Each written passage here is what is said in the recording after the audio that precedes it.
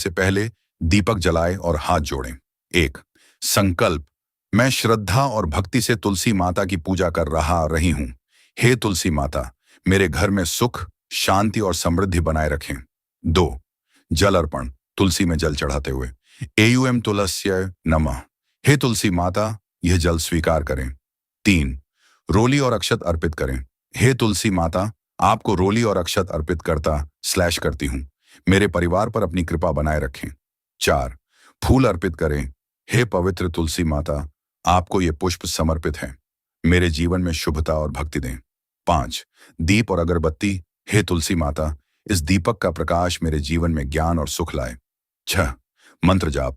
कम से कम 11 बार बोलें। एयूएम तुलस्यै नमः। इकोण या तुलसी श्री सखी शुभे पापहारिणी पुण्यदे। नमस्ते नारदनुते नारायण मनः प्रिय। सात परिक्रमा। तुलसी की 3, 5 या 7 बार परिक्रमा करें और बोलें, यानी काणी च पापानि जन्मांतर कृतानि च तानि तानि विनश्यन्ति प्रदक्षिणे पदे पदे। 8 समापन प्रार्थना। हे तुलसी माता, मेरी पूजा स्वीकार करें। मेरे घर में सुख, शांति, स्वास्थ्य और समृद्धि बनाए रखें। एयूएम शांति शांति शांति। अगर चाहें तो मैं 2 मिनट की छोटी तुलसी पूजा स्क्रिप्ट, तुलसी विवाह स्क्रिप्ट, बच्चों के लिए आसान पूजा पाठ भी लिख सकता हूं।